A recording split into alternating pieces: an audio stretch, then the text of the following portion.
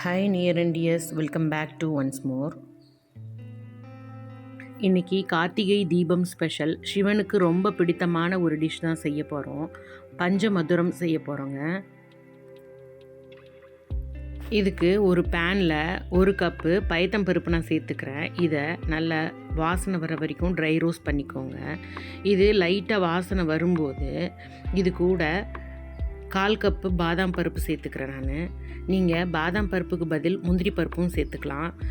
பாதாம் பருப்பு லைட்டாக சூடான உடனே இது கூடவே 2 டேபிள் ஸ்பூன் எள்ளு சேர்த்துக்கிறேன். எள்ளு லைட்டாக படப்படன்னு பொரியிற டைமில் அடுப்பை ஆஃப் பண்ணிவிட்டு இது எல்லாத்தையும் ஒரு பிளேட்டில் மாற்றி ஆற வச்சுக்கோங்க. இப்போது அதே பேன்லேயே 1/2 கப் தேங்காய் துருவல் நான் சேர்த்துருக்கேன். நல்ல கப்பில் நல்லா அழுத்தி 1/2 கப் எடுத்திருக்கேன் நான். இது நல்லா கலர் சேஞ்ச் ஆகி வாசனை வர்ற வரைக்கும் நல்லா ட்ரை ரோஸ்ட் பண்ணி ஆல்ரெடி பருப்பு வறுத்து பிளேட்டில் வச்சுருக்கோம் இல்லைங்களா, அதுலேயே தேங்காவையும் சேர்த்து ஆற விடுங்க. இப்போ தேங்காய் வறுத்த அதே பேன்லேயே 1 கப் வெல்லம் எடுத்து அதுக்கு 1/2 கப் தண்ணி சேர்த்து நல்லா ஹை ஃப்ளேமில் வச்சு நல்லா கொதிக்க விடுங்க. வெல்லம் கரைஞ்சி இந்த மாதிரி பொங்கி வரணும். இந்த மாதிரி டைமில் அடுப்பை சிம்மில் வச்சுட்டு கொஞ்ச நேரம் கொதிக்க விடுங்க. அது கொதித்து வர்றதுக்குள்ளார நம்ம ஆறின இந்த பருப்பு தேங்காய் எல்லாத்தையும் ஒரு மிக்ஸி கப்பில் சேர்த்துக்கிட்டு அது கூடவே ஒரு 3 ஏலக்காய் சேர்த்துருக்கேன் வாசனைக்கு. சேர்த்து இதை மிக்சியில் கொரப்பாக அரைச்சி எடுத்துக்கோங்க. அதாவது ரவையோட பதத்துக்கு நீங்கள் அரைச்சா போதும். இந்த மாதிரி அரைச்சி ரெடி பண்ணி இது ஒரு பக்கம் வச்சுக்கோங்க. இப்போது வெல்லம் கொதிச்சிட்டு இருந்தது இல்லைங்களா, அது அதோட பதம் என்னன்னு பார்த்தீங்கன்னா நல்லா வெல்லம் கரைஞ்சி பிசு பிசுன்னு வந்தால் போதும். கம்பி பதம் எதுவும் வர வேண்டியதில்லை.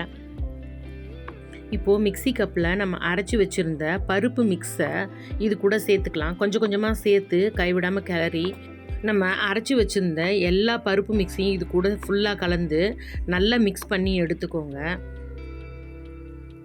கட்டி எதுவும் சேர்ந்துடாமல் நல்லா பருப்பும் வெல்லமும் ஒன்று சேர கலந்து வர எடுத்துக்கோங்க.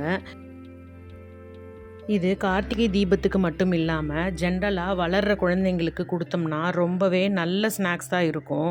ஹெல்தியரான டிஷ்ஷாக இருக்கும். ட்ரை பண்ணி பாருங்கள்.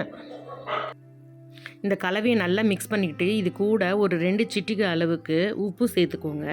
இது டேஸ்ட்டை நல்லா என்ஹான்ஸ் பண்ணி கொடுக்கும். இப்போது ஒரு சின்ன பேனில் ஒரு 2 ஸ்பூன் நெய் எடுத்து கொஞ்சம் முந்திரி பருப்பு நல்லா போட்டு நல்லா கோல்டன் ப்ரௌன் வர்ற வரைக்கும் ஃப்ரை பண்ணி எடுத்து இந்த முந்திரி பருப்பு ரோஸ்ட் ஆனதை நம்ம செஞ்சு வச்சுருக்க ஸ்வீட்டில் நல்லா சேர்த்து கலந்து எடுத்துக்கோங்க. ஒன்றா மிக்ஸ் ஆகி வர்ற மாதிரி. இந்த நெய் இந்த ஸ்வீட்டுக்கு நல்ல ஒரு ஃப்ளேவரை கொடுக்கும். அது மட்டும் இல்லாமல் நம்ம கையில் உருண்டை மாதிரி பிடிக்கும்போது நம்ம கையில் ஒட்டாமல் வரும். அங்கங்கே இந்த பருப்பு கடிப்படும்போது ரொம்ப டேஸ்டியராக இருக்கும். இப்போ பாருங்கள், டிஷ்ஷு ரெடி ஆகிடுச்சு.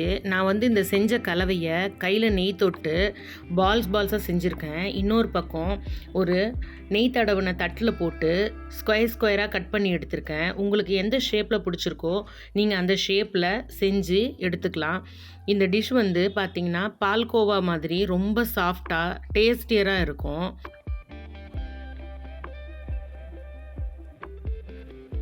நீங்களும் இந்த கார்த்திகை தீபத்துக்கு இதை ட்ரை பண்ணிவிட்டு எப்படி இருக்குன்னு கமெண்ட் பாக்ஸில் சொல்லுங்கள்.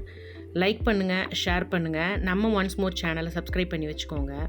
தேங்க்ஸ் ஃபார் வாட்சிங். பாய்.